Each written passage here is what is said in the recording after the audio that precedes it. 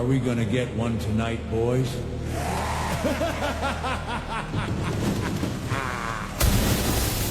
What is going on, everybody? This is Mike Goldstein, Stickers of the C.A.N Report. Nozzle Tov, everybody. I have a great guest with me today.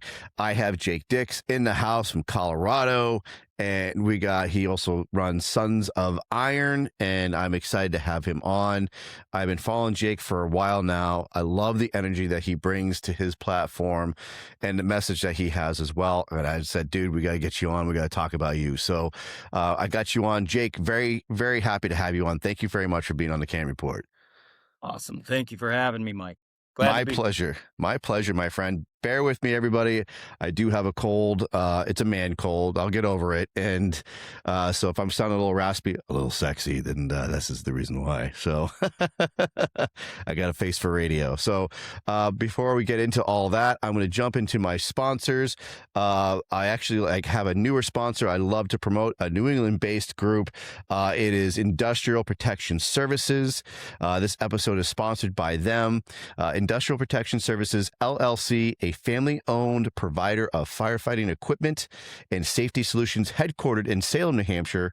IPS supports fire departments, municipalities, and industry leaders across New England with trusted products, service, and expertise.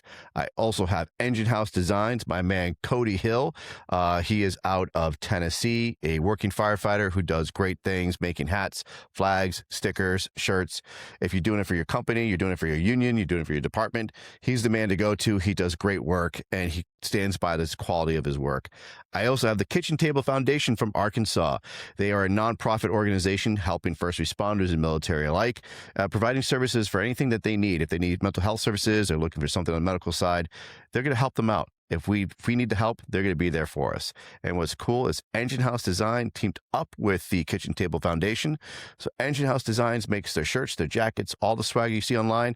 That's made by Engine House Design. Love seeing those guys work together. So make sure you're checking them out. With that being said, we're going to jump into the program, and I got my man, Jake. And Jake, I'm going to jump into your bio now. So we're going to get this going. I'm so excited to have you on, and we're just going to start doing this. Let me bring this up for you, my man. And there you are. Jake Dix began his career alongside his father in 2003 as a volunteer firefighter in a small town in northern Colorado.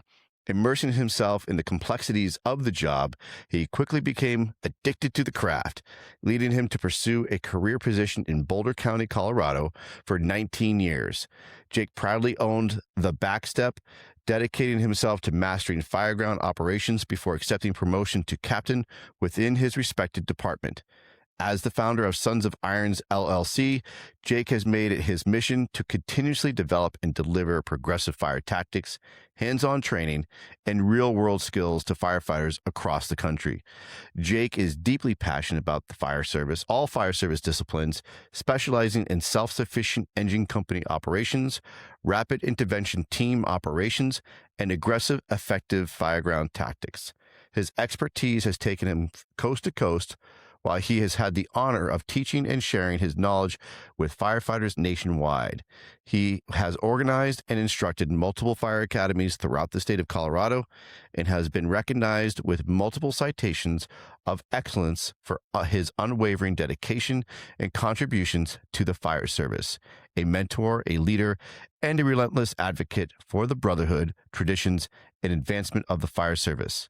His passion, experience, and commitment to excellence continue to inspire and elevate all firefighters looking to take their craft to the next level. Love it. Jake, thank you, my brother. Dude, love all of it. And like I said, I've been following you for a while. I love the energy that you got on your Instagram page. I've never met you in person, only see what you got going on, and I just want to talk more about you. So, Jake, how did you get in all this? Like, tell you what is the Sons of Irons? What is that about? Yeah, well, first of all, I need to shorten up that bio a little bit. I've read longer. Yeah, I was listening. I was like, "Holy shit, dude! That's a long bio." I'll shorten that up a little bit. It's funny you say that because when you write it, when you type it up, you're like, that doesn't look too bad. There's a couple paragraphs that'll work. But then you're sitting here listening to it, and you're like, oh shit, he's still talking about me. Man, how long is this going to go on? Like, oh, okay, I get it now. This is too long for most people. Yeah. I'll do better. I'll do better. Well, let's see. Sons of Irons. Yeah, it was a pipe dream back in 2013 in my area. I noticed just a severe lack of passion and a severe lack of dedication and passion for the craft. So I kind of wanted to make a training group that would revisit the training ground, bring passion back to the training ground, bring the craft back to the training ground, because we all know that the training ground directly reflects to the fire ground. So it was something that I was missing in the fire service that I wanted to see, and I said, okay, let's go for it. Let's give it a shot. I gathered up some dudes, and then we started hitting it.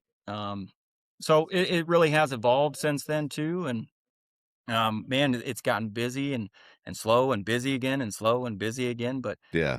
it's been a journey, dude. It's great. It's great. We're meeting a ton of people across the country and learning a lot too along the way. So So you said it's you began your career alongside your father in 2003. So he was a volunteer firefighter as well. yeah. So technically I'm a second gen. My father wanted to be a fireman back in the 70s, and unfortunately he didn't make the cut Hmm. with all the hiring specifics that were going on in the 70s. But when I got out of high school, I didn't really know what I wanted to do. So it was between, I was actually just looking to go to the Marine Corps. I was working in a coffee shop in my local town, and a volunteer fireman came in quite often who I became friends with. And he said, "You know what? Before you enlist in the Marine Corps, why don't you just come down to the fire department, try it out, see what you think?" And then within a month, I caught my first fire. Um, and my dad was with me. When I joined the local fire department, my dad said, "You know what? I'll reignite that dream too, and come down and join with you." And then, man, that first fire, I was on the nozzle, and my dad was backing me up, and I've been glued ever since. Ever since, man. That was something special. I'll never forget that fire. We were doing weird shit. It was back in the early 2000s, right? We were going to the roof with hose lines and doing all kinds of cowboy stuff. But it was awesome to have my dad there and backing me up, and him watching me progress in this career uh, to to now. So it's funny you say that though, actually, that he tried to get into the fire service, but he couldn't with all the high demands and because it's changed now. Yeah, Where it's like I can't say it enough, it's a buyer's market for anybody getting in the fire service. Like, it's become really really easy, especially in certain areas where they're struggling. And it's not to crap on departments or anything, but it's just they know that it's not, there's other avenues now, and there's other avenues where you can literally sit at home and do nothing and not have to miss birthdays and Christmases, and you don't have to worry about cancer, you don't have to worry about all the bad things we talk about and some of the good things. But back in the day, man, the line was out the door. yeah, You couldn't get into a lot of these departments, and now that line is a lot shorter. yeah. That's for sure. I mean, I work for a single engine department, single engine medic department. And when I tested for them 20 years ago almost now, there was a state test that we had to take. It was called the Dr. Cog test. And there was easily 5,000 applicants taking the Cog test. And now it's, when I'm testing for my department, it's, 30, 40 people, and that's it. So it is a different world. And it's kind of funny you mentioned that, because I was just listening to your weekly scrap that you just did, and you guys were talking about the same thing. That was a fun episode, by the way. I had a blast with that. Yeah, that was a good one. You had a lot And of good stuff, dude. When shoot, what's his name asked that question? man, there's so Um, many. Rob Fisher. Rob Fisher's question, dude. I didn't know how you were gonna handle that, and you fucking nailed it. Rob, Chief Fisher, he texted me before the scrap was coming, and he says, I got a question for you. So, and I'm like, oh man, because he brings the questions, right? Yeah, And I was definitely nervous. I'm like, all right, I know Rob is going to bring great stuff, but very, very to the point, and they're very going to be, it's going to have to take a lot of thought. You can't just shoot off the hip. You have to really take a second. So I was prepared for it. I didn't know what he was going to bring, but I was very prepared for it mentally, and I'm very blessed for that opportunity. And I thank you very much for watching that. But yeah, a lot of good points right there, right? Like, it's a buyer's market out there. Like, it's not like how it was before. And it's not that we're trying to reduce standards, but we're trying to get people into this door, into the service. And it's kind of like it's almost like a passing phase sometimes. And it's really difficult to sometimes, I think, that people aren't having that same passion that we maybe had, 15 years ago, because 15 years ago, it was harder to get in the door. And now it's so much easier. It's like, yeah, I'll give this a shot, see if I can do it. And if I don't, I'll go somewhere else. Like, it's not like it was before, where like that was it. You're going to be there, and there's nowhere else you're going to go. And actually, even to backtrack right there, we'll talk about kind of like what Rob Fisher asked me, and we'll kind of hit on that actually, is as you're being very strong in social media presence now, you're using Instagram for good. You're using your social media presence for good to show training, to show forcible entry. That's something obviously you're very passionate about. You do a lot of forcible entry training videos. How do you have any issues with it? Have you felt that you've either made yourself a target, or have you helped people? Yeah, I mean, we're gonna be a target no matter what. I'm never gonna make everybody happy, and the amount of trolls that are on social media, just they grind at you, and they grind at you. But my goal is this. My goal is to positively affect just one person. Just one person. If I can positively affect their career as a firefighter, that's a win for me. 100%. Because it's very much possible that that one person is going to be responding to my house, my kids, my family. So if I can affect just one person in a positive way, then I've done my job. Everything else on my social media platforms, it it's going to be what it is. I mean, I've got my ways of saying things, and sometimes it pisses people off. Well, what really sparked me is, that's why as I was talking to you, you have the bricks. Oh, I love the And bricks. you got the bricks, and I'm going to actually, let's see if I can find this clip right here. It's kind of buried, but I wanted to bring up the bricks that you were talking about. The bricks, you're bringing them up, and I love that you have them, because it's such a great way of, oh, here they are. So let's see. Let me back up. I'm going to share the page with you so we can all see it, because I think it's really cool how you did this. Like you said, you're going to have the haters, you're going to have the trolls, and you address it so well without being a dick. And, you're not naming names, but people leave stupid comments, right? You're not wearing protection, eye pro, or you didn't wear the right gloves, or you didn't gap the door right this way and that way. And so you wrote them down on bricks. And so you're showing the quotes that people, or the comments that they've left on those bricks. And so I want to show that to everybody if they haven't seen it yet. And if you please, anybody who's listening or watching, please go to Sons of Iron's Instagram page. He's got a lot of cool stuff on there, and it actually is a lot of fun. So let me check this out here. Here we go right here. And we've got the bricks. We'd like to start with addressing some bricks that were recently thrown at our heads from people living comfortably in their mother's basements behind a screen. Here we go. Real doors are different. Prop doors aren't real doors. I like this one. That would never work on a real door. And my personal favorite, as usual, dude needs new gloves. Nice. Now, we're very aware that real doors react differently than prop gloves. Excuse me. I love the bricks, man. I got a whole wall of bricks. I love it. They keep you going, right? Like, I don't want haters any more than anybody else, and I don't want people in the fire service to be hating on brothers and sisters and stuff like that. But in all honesty, man, throw your bricks, throw them at our heads, take headshots. We love them. They keep us going. I'm not going to respond to them in the comments, but yeah, throw your bricks. But I love it, because it's an article I wrote for Firefighter Nation, and talked about, he who without sin cast the first stone, or throwing rocks at people live in glass houses, right? Like the glass house rule. I'm talking about throwing rocks at glass houses. You've got your bricks, and it really coincides. It it lines up to that same message, is that, man, everybody is, no one's perfect. And the trolls that are on there and the people that are saying all these negative things, I guarantee they've screwed up many, many times, and they still do. And no one's perfect. And when we're writing that stuff on our, or on our phones, they forget all of that and they think they're all perfect. And I love the way you just did that. You addressed it without having to get into a whole comment war. And it was funny to see. And I thought that was very original. That's what really struck me, is as I was watching the other videos, one, it was your energy again. Like the first one was like, you were like amped up at the door, you got your sunglasses on, and you're excited to show people some cool stuff. So do you deal a lot with that still? I mean, like you said, we have the haters, we have the trolls. Are you constantly still, or is it you get some good positive feedback as well?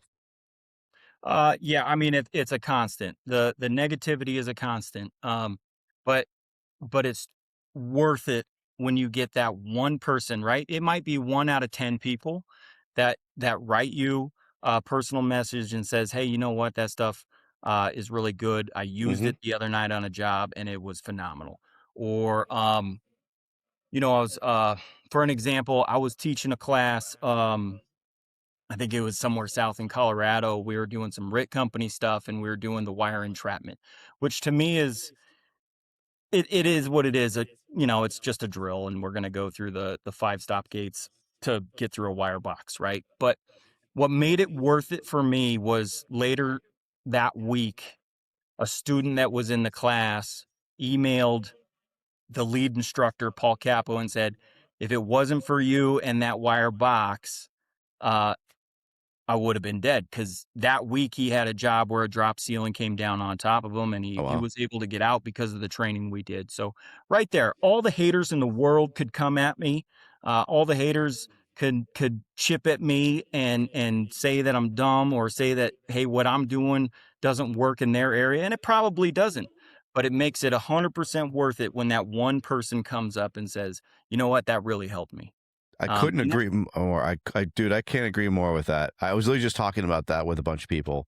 I was talking about that with Chris Scott from Dragon's Den. That we get the same thing. Like, we get these messages from people saying thank you, and I never post them because I feel it might be self-serving.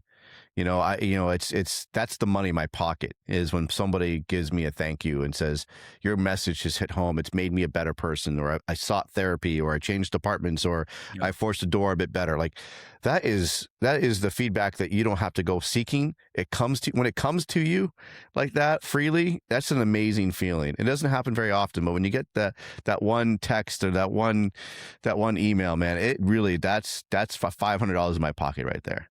Absolutely. Absolutely. It makes it all worth it. We're making that change, even if it's 1% at a time, even if it's over the course of 8, 10, 15 years. If we can positively change or affect somebody's career, then we're doing it right. The haters are just going to come with it, and Yeah. they fuel our fire a They little bit. do. Absolutely. They keep me driven, dude. They keep me pushing forward. When things get tough, I'm like, you know what? This is going to be even better because it's going to piss them off. So, Yeah, but you love, from what I've seen, like, you just don't do forcible entry though. You do more than that, right? correct. Yeah, we But started off as mostly RIT company stuff because that wasn't really in our area yet. So when we started Sons of Irons, it was very RIT focused. And since then we've changed to a lot of like minimally staffed engine company stuff, or like minimal response area stuff. So like rural areas, how can I get all the tactical objectives of the fireground completed with a single engine or 1 or 2 engines coming split up between 10 to 15 minutes, slow response times or whatever the case. So that's kind of what my district is like. I don't have very fast response. I'm a single engine department with an ambulance. So I've got 7 coming off the bat, and then we've got about 10 to 12 minutes before anybody else gets there. So that's kind of our forte. So that's what I'm trying to get out there, is because I know most of America fire departments are similar to that. mhm. We're not all big city guys. We're not all stacked up on each other. We're not all, I don't have a truck coming for 10 to 12 minutes. So how am I going to complete vent, or how can I split my company to secure multiple tactical advantages on the fire ground. Um, so we move to like minimally staffed engine company classes. We still jump on RIT quite a bit, and then forcible entry is obviously a very popular one, just because it's fun to break shit. But we're also doing, truck classes, BC classes now, or even command classes. We've kind of dipped our toes into. So we're getting there. Yeah, we're just floating around. Pretty much, if you say, "Hey, I want a class in this," we'll do it. Now, where did you develop your skills? Oh, decades of just trial and error, my man. Like my extremely long bio said. Yeah, I've sat in the back step for 19 years, man.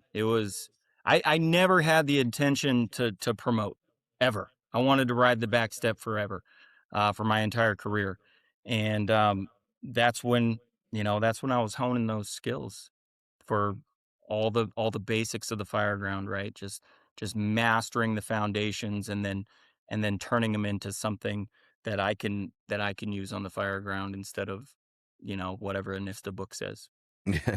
Now, have you also gone to various conferences or outside trainings to learn a lot of these other techniques? Because for me, man, like it's opened up a whole new world for me, and that's why I can't preach conferences enough, especially getting outside your own state and learning new ways from other people outside of your own home, because it opened up my eyes and my mind to new techniques, new ideas, and I bring them back.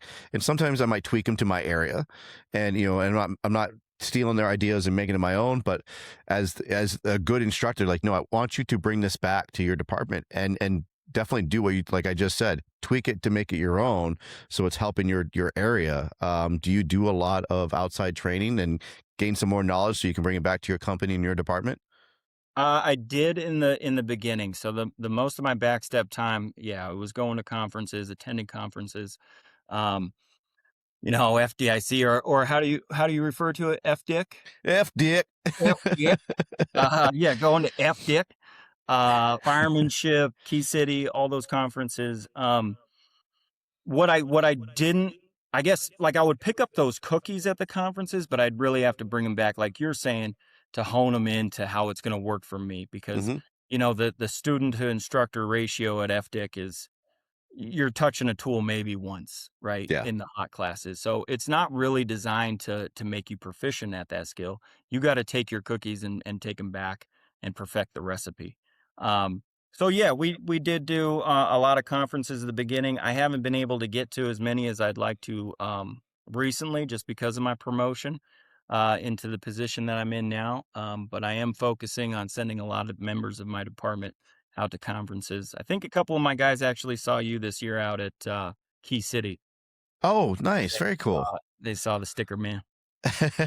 That is and those are great conferences. I enjoy the smaller events. Like FDIC, there's nothing like it, honestly. It's the biggest one in North America, and the quality of instructors and presenters, and is the Disney World for the fire service. You can't see it all. You really have to come back the next year, because you're going to miss a whole bunch of stuff the first year. But the smaller, more grassroots conferences are amazing, and that's where I thrive. Like Key City Fire conferences, Dadgum, Bears of the Oath, Lift, March Mayhem. These are really exciting conferences. Pacific Northwest Fire Conference. God, there's so many. There's so many good ones, because that's where you get the intimate setting. You get to do as many reps as you want. Like, they have the time. So, like, there might be like 5 people in that one evolution. And then the instructor's like, anybody else want to go again? We got 2 more hours if you want to. And yeah, the ones who are really hungry, yeah, I'm going to throw that ladder again. Like, let's do one more turn in the burn building. Like, this is what you signed up for. This is what you spent good money, and you want to get as many reps as possible. And that's what I really enjoy. I really do thrive off of the smaller conferences, and I can't preach it enough to people who are hungry for education and to get those hands-on skills. The classroom settings are really good too. Like I love good lectures. I love good presenters, whether it's leadership or water movement or hose work. You know, I love the engine work. So it's great to sit down and listen to some new ideas and fresh ideas. And unfortunately for FDIC, I couldn't sit in Kyle's class, Kyle Romagus, because it was a full house, and I thought it was amazing. But to be able to catch him in a smaller environment where then, you know, you can really sit there and ask a lot of questions and then really just bend his ear in the drill yard is a cool thing. And I got to meet him at County Fire Tactics, another great event where you have it's still big, but it's a little bit more intimate than FDIC, right? So that's where I've honed my skills and learned a lot. And it's because those instructors take a lot of time because of those grassroots events, because they have the time to really dedicate almost each individual person if they have those questions. Now, for you, for your training and growth, are there anybody or any particular members, if you will, that have really inspired you and motivated you to be where you're at now, like for the tactics or the discipline that you have? Is there someone in particular that really motivated you to start doing this? I mean, I've got mentors through and through. You know, Paul Capo with When Things Go Bad, he kind of took us under his wing when we brought him out to Colorado a dozen years ago. So I really look up to him and his passion. Another local guy, I don't know how many people know him, but Matt Coquell, he's an absolute inspiration to my career. Probably one of the best firemen I know. And every time I touch base with him, man, he just inspires me to want to be better at this job and at my craft and providing services to the community. But the list can go on. You know, like every author of the book of Search, right? Like you could go on for days about people that are going to mentor and Yeah. provide inspiration to you. So you mentioned Boca Search. Do you have a favorite topic in there? Is there something that really sticks out for you that you do you use in your department, or do you really like you've read it and you've absorbed it and you use it in your training?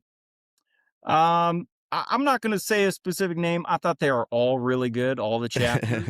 But anything lately that's been hitting with the fire rescue survey, I'm tending to gravitate towards that a lot because it's real numbers. I'm kind of a nerdy guy when it comes to numbers and a data driven guy. I want my trainings to be driven by data and real cases. So I kind of gravitate towards anything that's putting fire rescue survey numbers in their pages. And I think pretty much every chapter had that data in there in that book. But they were all good, man. I can't say enough about that book. And now the second version coming out, I haven't gotten through it all the way, but I'm chiseling my way through that too. Yeah, I love the book too, because also what I love about it is that you don't have to worry about sticking to the same, you know, page after page after page. Right. You can jump around and just literally learn whatever you want to learn. Just pick a page and start reading, and you're going to pick something up. You don't have to read it like a chapter book. So Right. I can't praise that book enough. I absolutely love it. It's kind of the one I carry around with me all the time.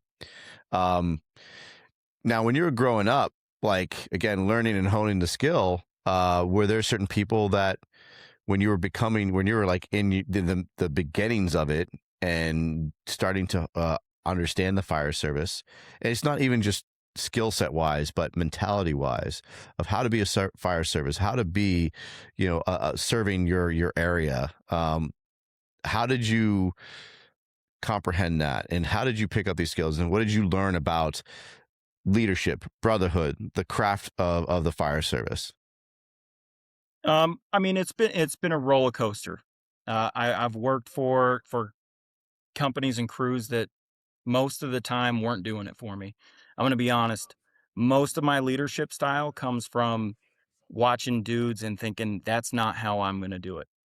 And I think, unfortunately, that's the case for most of the fire service right now. Mm, You know, we see these leaders or we see these senior men or these chauffeurs, and we're like, man, what is the deal? I can't do it like that. And then when we get into a position of promotion, unfortunately, the only thing I'm going off of is what not to do.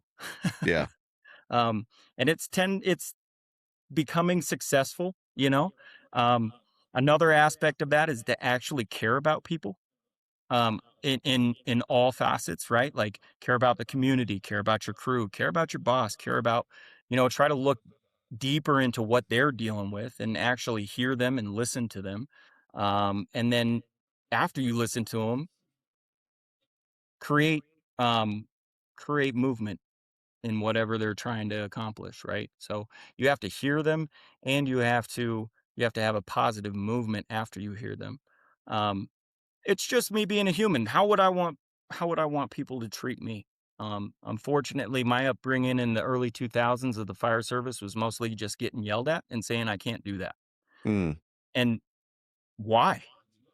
That's like the majority of my career until I promoted was, why can't I do it? Why can't I do it that way? Why can't I yeah. do it this way? That doesn't work for me. How can I get it to work for me? And I really want to foster that.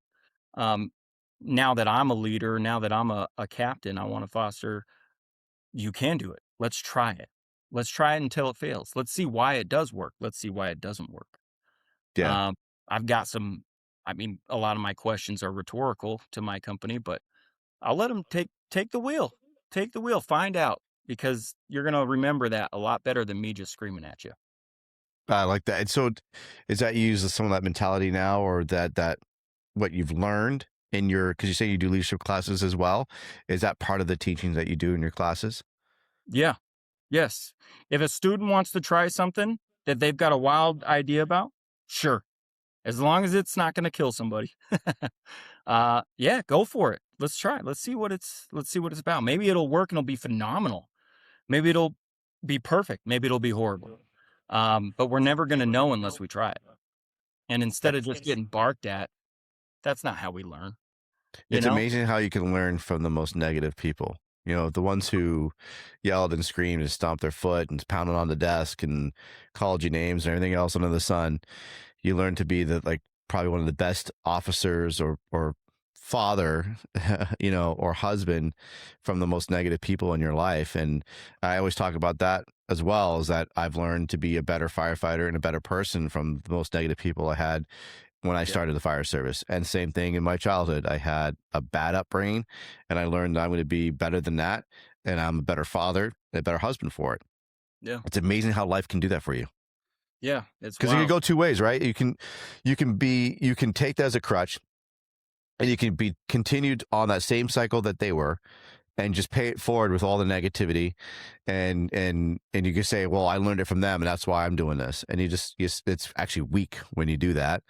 And you could be strong and say, I'm not going to do that, I'm going to do completely different. But you can still praise them and say, yeah, thank you so much for teaching me the absolutely wrong way to do things, because I'm a better person for you. They gave you something, man. They Yeah. gave you what you're at today, you know? But I don't So know. It's a roller coaster. it's a roller coaster for sure, man. And it's a topic we talk about a lot. And sometimes you feel like you're beating a dead horse with the leadership pole or whip, if you will. And but it's something that's so important. I think that's why people talk about it all the time, right? They talk about the leadership side of things. They talk about toxicity and everything else, because a lot of people are still experiencing it. Yeah. And I think it's important that we still get it out. And when you have people that learned the wrong way, if you will, but then they took it and made it the right way, it's amazing that we can give that back and teach people that, it doesn't have to be this way. It's not the Stone Age anymore. We're more attuned and observant of our actions and other people's body language, so we can understand that they're feeling awkward, or that maybe they're not feeling what we're doing, especially yelling and screaming. So, Yeah. but you say you teach leadership classes as well with Sons of Irons, correct? That you guys do some other, not just hands-on stuff, but you got some classroom stuff as well. We're dipping our toes in it. Traditionally, we do only hands-on stuff. Even in our kind of leadership classes, I get them out on the drill ground, and we're working on tactics and stuff like that from the command car. Um, but yeah, it's becoming more popular. Um, have you read Commanding Chaos by Brian Brush and Anthony Castros? Actually, I was just talking to a friend of mine, because his his cadre is coming up in July in New Hampshire to teach from out of that book. So I'm very excited. But no, I haven't read it. Unfortunately, I have not dived into it yet. That's a good one. It starts off with the history, and I think they capture a message that's really, really strong. And the paramilitaristic style of leadership in the fire service today, or the transition that we're in. Um, and it came from the war years, right? The World War II years of people getting drafted, and they had to have this leadership style because they were guiding and leading people that didn't want to be there. Yeah. Right? And now we're in a fire service where people want to be there, and we can no longer have this mentality of a paramilitaristic, hey, I got to yell at these guys to get the job done. Mm, We genuinely have people that want to be here, that want to learn, that want to do the job, and they want to do it well. Unfortunately, the people that want to do the job well, they kind of race through things because they're in such a hurry to do the job well. yeah. They don't focus on the foundations, and they don't slow down and really hone their craft. But I think Brian Brush and Hmm. Anthony Castros in that book, man, they summarize the leadership style that the fire service is lacking majorly in that book. I would highly recommend it. That's awesome. I love that you were recommending that book because it's a lot of people have been talking about it. It's funny, we were just talking about it today with a friend of mine.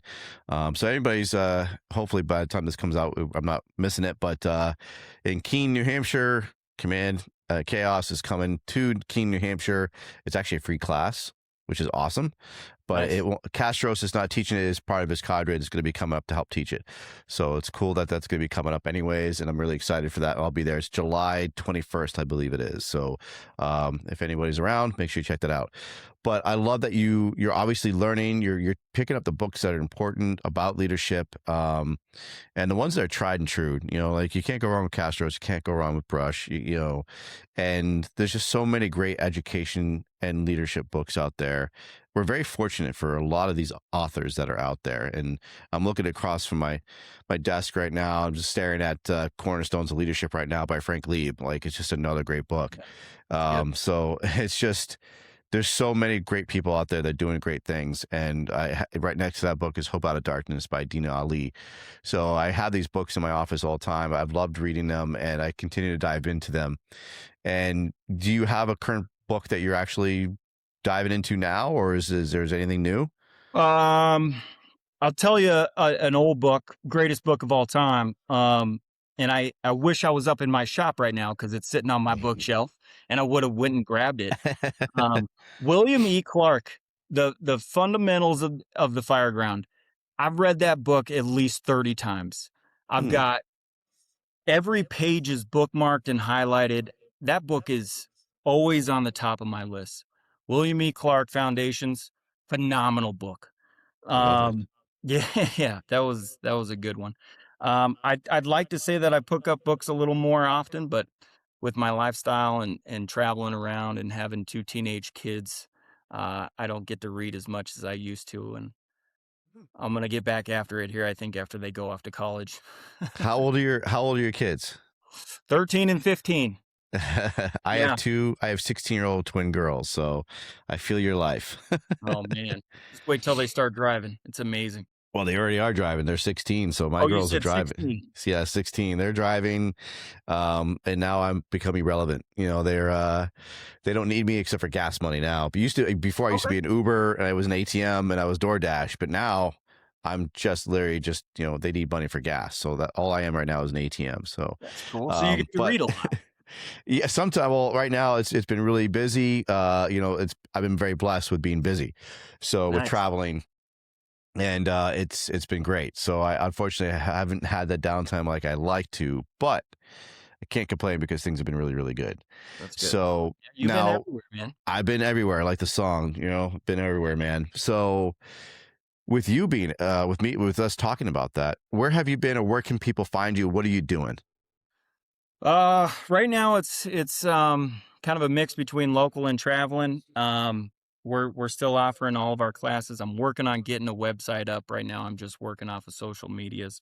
But I'm working at at the point where I do get some free time, I start to chisel away at this website Mm-hmm. that I want to get up.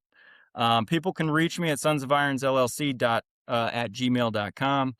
That's the best way, or hit me up on the socials is the best way to get a hold of me. We've been putting in for a bunch of conferences these last couple years. Haven't gotten accepted to any yet, but we're working on it. So most of our travels is just to individual departments and helping those guys out. We've done a couple Love it. small conferences down here in Southern Colorado for the fire college. But yeah, it's not as busy as I would like it to be. We took a big hit during COVID, so Yeah. trying to get the upswing going again. Yeah, it's definitely tough to get back up and running after something like that. But it was one of the things that really stuck out for me was just that you were really into what your message is, into the training, into the craft. And do you have any recommendations for anybody that's looking to hone their skills, or to maybe if something they're already doing at their department? Like, how can you better yourself? If there's any tip you can give anybody, like especially in the fire service, like how can someone be better? You can't treat it like a hobby. When I teach at Academy, it's the first message that I say is this is not a hobby. This has to be 100% all in. You're studying every day, you're drilling every day. Even if it's alone, you're getting reps in every day. If you're in a challenging environment, like you got a culture that's a little wonky at a fire department, get out to the bay and make noise. Hit the door, stretch a line, do whatever you got to do. People will filter out and they'll start training with you. If you're alone, um, reading books, going to conferences. Even if, I mean, most of the conferences that I went to and in my younger years was paying out of pocket. Mm-hmm. You know, I'm sure you're the same way, and a lot of people are the same way. If you've got to pay out of pocket to go to a conference to learn new things, do it. You Yeah. know, if you can financially, do it. It's going to be worth it, I promise. And then not taking to heart when you come back from those conferences and people don't accept the stuff that you're bringing back, right? It's Yeah. a long process. You have to do 10 pounds of pressure 100% of the time. There it Rob is. Fisher. Rob Fisher. There it is. Rob Fisher, uh, 10 pounds of pressure 100% of the time. You know, it took me 12 years to, after going to some conferences, it took me 12 years to change the attack package on our engine. So, Oh man, well, you know what? I'm gonna stop you right fucking there, because you're speaking my language right there now, because that's exactly what I had going on my department. But it yeah, didn't take 12 years. But I've been on my department for almost 3 years, and we're changing our attack packages. We've changed our hose loads. We're actually going to be looking into getting new hoses. And I love that you said that, because now it gets me all excited. You just switch things around for me, because perfect. it's important to stay consistent in that message and that mission, right? But let's talk about that real quick.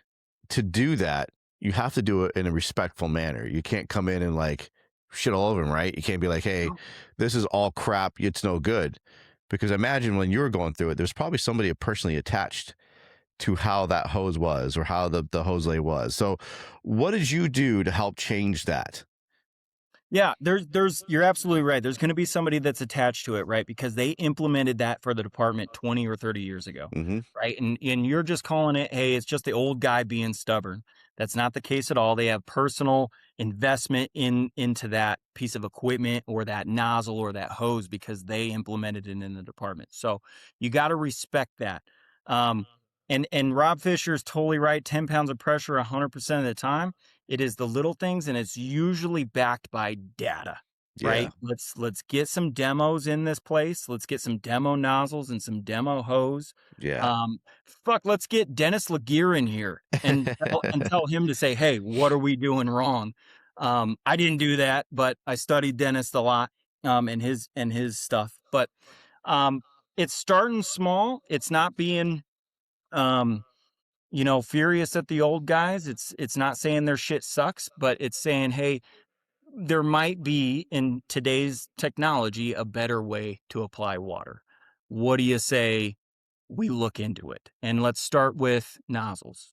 Once we choose a nozzle, maybe we need to get the hose that goes with the nozzle specifically, right? And stuff like that. And we get out on the drill ground, we get the Elkhart gauge kit, and we put all the gauges on and see which one has better flow, which one has better nozzle reaction, which one has the best possible attack packages, all the way down to the pump that we're building on the next engine. How many 90-degree bends can I eliminate in that pump compartment, right? What's the chick swivel look like? All that stuff. And it's not overnight. And I think a lot of new guys that are trying to create positive change in a department, they expect it to happen overnight. And that's not the case. It's the elephant, right? One bite at a time. Yeah. One bite at a time. Yeah. One bite at a time. And before you know it, you're going to be the guy in charge of speccing the next engine. And you can say, okay, look at this data. Let's implement it. Yeah. Kind of thing. But I love it, dude. That's a great message. And it's really key for, especially like you said, for the younger generations coming in. It's not going to be quick. And just because you took one fire conference or read a book or, read an article, it's not going to get you to change the world in your department. But the education, the knowledge, the time in, and showing them that you care about the craft and you're passionate about it. And, as you continue to progress in the fire service and you continue to obtain that knowledge from people who've been through it, it's now you have that, you're building up your ammunition to bring it to them. And maybe next year or the year after that, like you said, it took you 12 years to make that change because they trust you now. Like, okay, man, Jake he's been working hard. He's been doing these classes. He reads the material. He's been putting his hands on this stuff and he knows. And you can't just go back to your chief or anybody who's making those decisions to go, well, I saw them do it on YouTube and it looked like it worked. So let's do that. Like it doesn't work that way. No. And it's really important to be able to, because they're going to ask you the questions, especially any department's worth their weight in salt is going to say, well, what if this happens? Or what if that happens? What about this? And what about that? They're going to ask you those questions. And if you don't have that information, they're going to say, well, come back to me next year when you got that information, right? So it's really key. And I really learned a lot from the ones who were talking about it and preaching about it. I just didn't come up with it either. Like when I come to my department, I come back from these classes with that knowledge. And for me, I had those demo days. I had Kevin Pfluger come in with Mercedes, and I had head nozzles come in and demo that as well. For me, it's if the nozzle is going to work for my attack package, if it's an Elkhart, if it's a Hen, I'm not attached to them. It doesn't have to be that particular brand. If it's going to make the attack package work and it's going to make our job efficient and it's not going to tax the end user, then all right, man, let's look deeper into that one that's going to work for us. Like everyone agrees this is the one that's going to work. And for me, like I was doing surveys. I was asking my crews, that's another thing too. You need to have buy-in. If Mike Goldstein says our shit sucks and he's going to get new shit, then you're going to have 50 other people go, well, who the fuck's Mike Goldstein? Why are we going to listen to him? Right? I've been on this department 10 years. He's been on this department 3. Why are we listening to this schmuck? Yeah. But if I ask them, all of them, hey, what do you think about our hose loads? Do you think it works for us? Do you like it? And if they go, no, I don't even know we have this. And you continue to ask everybody as they're doing their work or they're doing their training, what do you think about that? Did that work for you? Nope, still don't like it. Cool, let's try this. I got this other thing. I think it might be really cool to try it. Let's do that, right? And then they go, hey, I like that so much. That is so much easier. Rhetorical question. Right. Exactly. So you got to give everybody that buy-in. It's not just the chiefs you got to impress, but it's the people you're working with on the line, right? So you can't just be like coming back from a training and go, yep, I pulled that Minuteman load off this truck and it was awesome. Yeah. Well, you didn't do it on our truck. So how is it going to work? Right. You're absolutely right, man. It is a process and it takes so many different angles, man. It's like peeling an onion. Oh, it really is. In like 5 or 10 years, as soon as a new guy comes around and says he wants to change the hose loads, I'm going to say, give me the data because I'm the one that put those hose loads on the rig. Yeah. Show me why it's better. Show me why it's better. And I'll go along with it if it's better, if it truly is better. Yeah. Well, you're absolutely right. And the thing is too, is like, you're going to uncover a lot more issues as well with possibly with your trucks as well. So like, remember when we go to these conferences, the outside trainings, their trucks are set up and dialed in for that evolution. It's already been flow tested and dialed in and the hoses fit perfectly in the trays. And then you're going to try in your department and you're going to pack it just like that. And well, you know what? Lo and behold, it doesn't pack like that because the hose is different. The nozzle's different. The trays are different. And then now you look like a schmuck again because it ain't working. Yep. You got to know your trucks and be like, oh shit, now I understand why you went to a modified or you're doing a triple layer because our trucks can't accommodate the modified or a regular Minuteman. You know, those are things for anybody who's listening to watch, especially the younger, like we were talking about. Be patient and do that homework. If you want to if you want to make a change, know your own trucks. It's not the trucks at the conferences. It's your own vehicles that you are actually working with. Or even if it doesn't have to be hose and nozzles, right? Extrication tools, ropes, all Anything. those things, right? Any of those things is Anything. specific to your department. That's why they purchased them, is because it's your department. So that's, they did some of the, hopefully they did their homework, and they said, this is why we have those tools, because we realize this is going to work for our department. So anybody going into that, I mean, man, that could be another hour of us talking about that. Okay. I love talking about that shit. Your rig and your district specific too. I want to get that in there too. The district is so important, right? Some people, they try to change something on a rig or change a piece of equipment, and they don't even take an account of the district and the citizens they serve, right? So if your objective in changing equipment or anything on the engine is, does this provide a better service to the community, then it should be looked at, right? Not just, hey, I want to change this because it's cool. I think 15/16 is sweet. It needs to benefit the district and the people you serve before you even think about changing anything. You're absolutely right. Knowing your district, and that's why like people either have 150 feet or have 200 feet. You know, it's just they've done their homework, they've done their stretches, and they measure things out. They know the houses, the driveways, all that stuff. So it all takes into account of that, and I love that you talked about that, because again, as you can tell, I get really passionate about that, and I never used to be that way. I used to accept it. Yep. You know, it was like my previous department. This is how it's set up, and this is the way it's going to be. And I was like, okay, I didn't know any better. And then trainings, again, especially getting outside your own state, really helped to open up my mind and said, hey, like you said earlier, I'm the why guy. Why are we doing this? Why does it have to be this way? Does it have to be a triple? Does it have to be a smooth bore? What's the difference between the combination and the smooth bore? Can I do both? Like, they're all great questions, but if you don't have a department that lets you ask those questions, then they're going to sit there and accept it, and you're just going to be ignorant to everything. Yeah. Yeah. 100%. And don't even get me started on the 200-foot load. I'm not even going to go there. No, you're not going to go there? I'm not gonna even go there. Because I run 200 feet. Oh, I'm sure you do. I'm sure you do. And I'm gonna challenge you with saying why. Because we've always done it. Exactly. Exactly. We have some long stretches. We have some, in our area is very eclectic, and we have some really long uphill driveways. We have a lot of garden style apartments. We have many floors. We don't have high rises per se in our districts, but we do have some good far stretches. So the 200 feet for us is very beneficial to make those stretches inside of a lot of these garden style apartments, or to going up our 3 floors. Actually, our community is growing a lot more, so we are getting some mid rises as well. So these are becoming more beneficial for us for having these long stretches. So 200 feet still captures most of your district? Yeah.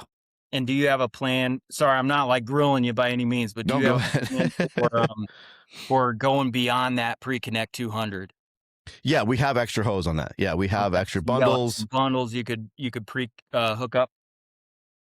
And that's why I was pushing for us to go for a Minuteman load, because I wanted to make sure if we need to disconnect that, say we're not going to pull the whole 200 feet off the truck, or we got to disconnect. I got a shoulder load ready to rock, and I got another load that's up on my truck, and so we can start stretching even longer stretches.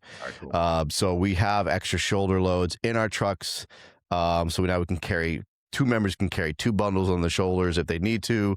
So we're ready to, if we need to continue to have some kind of crazy ass stretch, if we need more hose, we've got it. So I asked that because we just recently, well, not recently, probably 1.5 to 2 years ago, we accepted a new engine and we are building it out. And we've got a lot of the same challenges, right? Some long setbacks. And we actually landed on going with a 300 pre-connect. And it's working out really, really well. That's great. That's great. It's our trucks are, we'd be hard pressed to do it. We run pucks right now for our headquarters station, so it'd be hard to get 300 feet the way our rig is currently set up. We'd have to do it off the rear. We have a lot of hose on our truck already, so trying to figure out where we're going to put 300 feet, either in the cross lay of the inside the puck, or we put it on the back. So, but I'm not pushing for that change. Right now, 200 feet is really good for us. We're actually very happy with that. And again, knowing your district and the whys behind things. So I make fun because it's the way we've always done it, but actually it does work. They've actually done their homework on that, and it works very well for what we got. The only push I would make is actually I'd like to get 150 feet of my bumper instead of 100 feet, because I'd love to get 150 feet, man. I think you can do a lot with a bumper line. It's an inch or 3/4 line. I mean, why not put a fire out with it? It's not just for brush fires, and not just for car fires. You can, for whatever reason you have to nose up into that area, and the best stretch you can get is off your bumper. Why not pull it and put out the fire that way? It's like a pretty good idea to me. It's a no-brainer. So I mean, those are things that it's a slow implementation and slow change, and you ask the whys and you be polite and just ask questions. Yeah. And they're going to give you the answers, and then maybe you can come to a middle point and go, yeah, you're right, or no, you're wrong, but hey, I'll give you this instead. So, man, tell you what, dude, this has been a fantastic conversation, by the way. I really appreciate the openness, and I feel like literally we're talking on the kitchen table right now. And I hope everybody else who's listening or watching can feel the same. That this is why I love these conversations, is that this is like non-scripted, no holds barred, literally just having a conversation about fire shit. And that's what is awesome about the fire service, is we can just jump down rabbit holes, talk about nozzles, talk about hose loads, extrication tools, forcible entry, or just life. And that's what this is all about. So this is just entertainment, but this is also education as well. And I really do appreciate the conversation, Jake. Yeah, absolutely. Yeah, I'm having a great time. So we're winding down. So if anybody wants to get a hold of you, you said your social media is the best way. Social media or Sons of Iron LLC at gmail.com. Beautiful. And is anybody going to be able to find you anywhere anytime soon? No, I'm taking a little break here, coming off an injury. So okay. I plan to heal up and then get back after it. Okay. All right. I love it, dude. And again, I love what you're doing on your Instagram pages as well. It's a lot of fun watching your forcible entries, watching your videos. I love the bricks. I think what you got going on is fantastic. And actually, I'm going to get back on here and I'm going to share just one more because I love it. I want people to see what you're doing. So let's see what we got here. We're going to share it, and we're going to go to this one right here. Wars deserve real tactics. Clearly, I've got a residential hollow core metal door hanging on a wood jamb. I've got a single key and knob and a deadbolt right in the center, and I've got visible hinges on my right side indicating this door is going to swing towards me.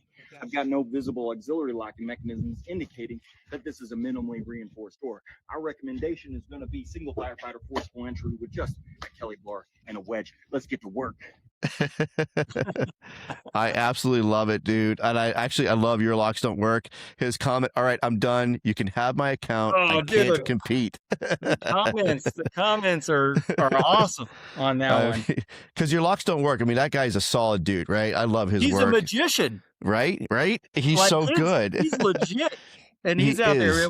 We went back and forth a little bit there. It's pretty good.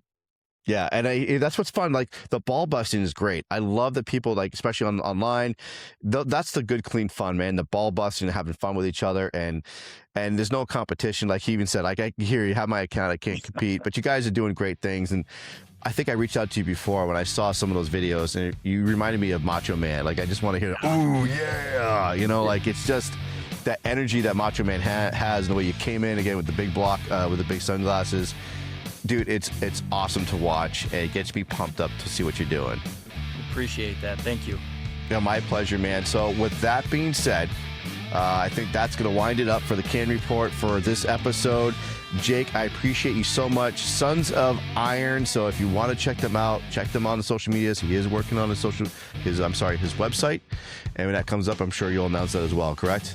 Yes, sir. All right. So with that being said, you all stay safe, be well. Here it comes. Nozzle Top. Nozzle Top. Awesome.